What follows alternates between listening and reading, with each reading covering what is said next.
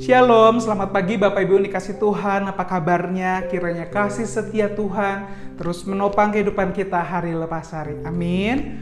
Mari Bapak Ibu yang dikasih Tuhan, sebelum kita memulai aktivitas kita mau menenangkan hati untuk mendengar sekali lagi kebenaran firman Tuhan yang menguatkan dan meneguhkan kehidupan kita. Mari kita mulai di dalam doa.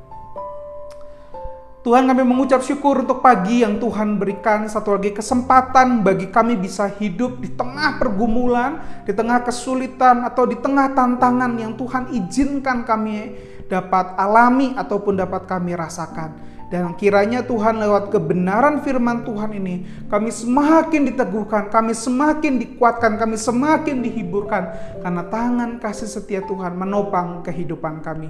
Di dalam nama Tuhan Yesus Allah yang mengasihi kami, kami berdoa dan mengucap syukur. Amin. Bapak Ibu yang dikasih Tuhan, jika Bapak Ibu yang dikasih Tuhan mengikuti ibadah minggu lalu, Pendeta Victor menjelaskan kepada kita mengapa kita harus menginjili. Jawabannya karena kita berduka akan orang-orang yang belum mengenal Kristus. Keberdukaan itu membawa kita dalam semangat untuk terus mengabarkan, terus menyatakan, terus menunjukkan bahwa Kristus adalah satu-satunya Allah yang mencari manusia. Betul Bapak Ibu? Menarik sekali lagi jika kita perhatikan apa yang Tuhan Yesus tunjukkan selama hidupnya di dunia. Maka pertanyaannya berapa kali ia menangis? Ada yang tahu Bapak Ibu yang dikasih Tuhan? Ya, Yesus menangis setidaknya 3 kali. Pertama, kala Yesus lahir tentunya ia menangis seperti bayi normalnya.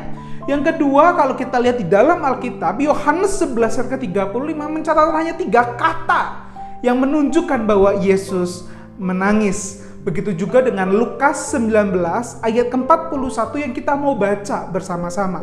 Lukas pasal ke-19 ayatnya yang ke-41, di sana kita temukan, dan ketika Yesus telah dekat dan melihat kota itu, ia menangisinya.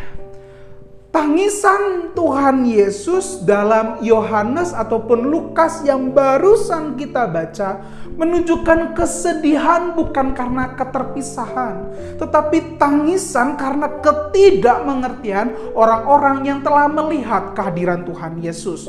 Kembali Bapak Ibu bisa lihat Yohanes 11 ayatnya yang ke-35, ia menangis setelah di ayat ke-25 ia telah katakan dirinya adalah kebangkitan dan hidup. Tetapi pernyataan itu diabaikan dan mereka terus hidup di dalam kesedihan. Yesus menangis karena pengabaian. Begitu juga dengan Lukas 19 ayat ke-41, sebelum Yesus memasuki kota Yerusalem, ia menangis bukan karena akan terpisah dengan murid-muridnya, tetapi karena ia tahu orang-orang yang tinggal di dalam Yerusalem itu telah melihat, telah tahu, tapi mengabaikan dirinya sebagai Allah yang telah hadir dan melawat umatnya. Jelas tangisan Yesus adalah tangisan penginjilan, tangisan yang meratapi kesedihan dari orang-orang yang abai kepada Allah. Jika demikian, sudahkah kita menangis sama seperti Yesus menangis? Atau jangan-jangan kita masih meratapi nasib, kehidupan, dan kehilangan kita? Mari pagi hari ini dengar sekali lagi. Hari ini yakini bahwa Yesus menangis bukan kepada hal-hal yang telah Bapa jaminkan di dalam kehidupannya.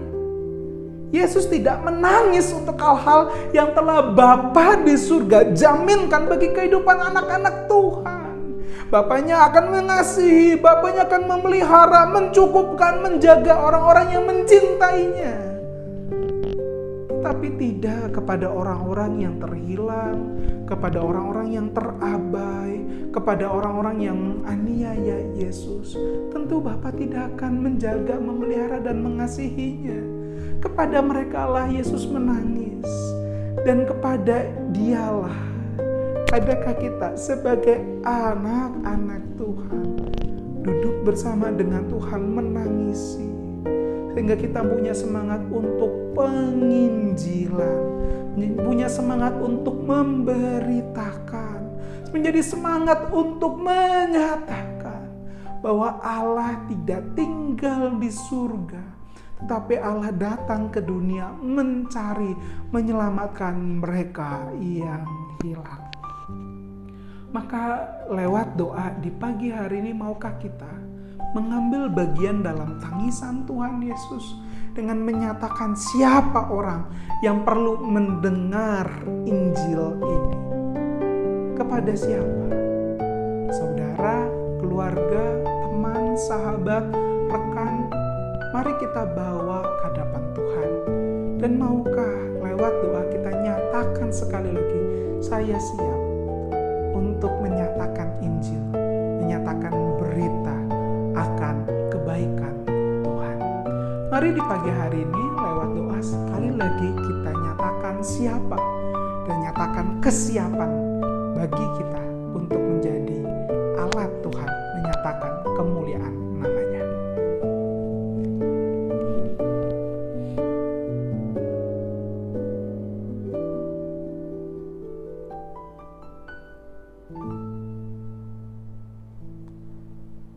Tuhan, ajar kami di pagi hari ini untuk menyatakan kepada siapa kami harus menyatakan tentang kebaikan Tuhan.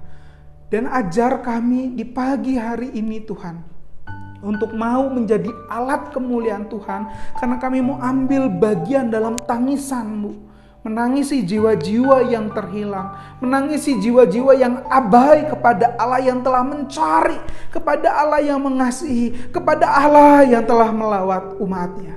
Pakai kami Tuhan sebagai anak-anak-Mu untuk menyatakan, untuk mengabarkan, untuk menjadi alat kemuliaan nama Tuhan.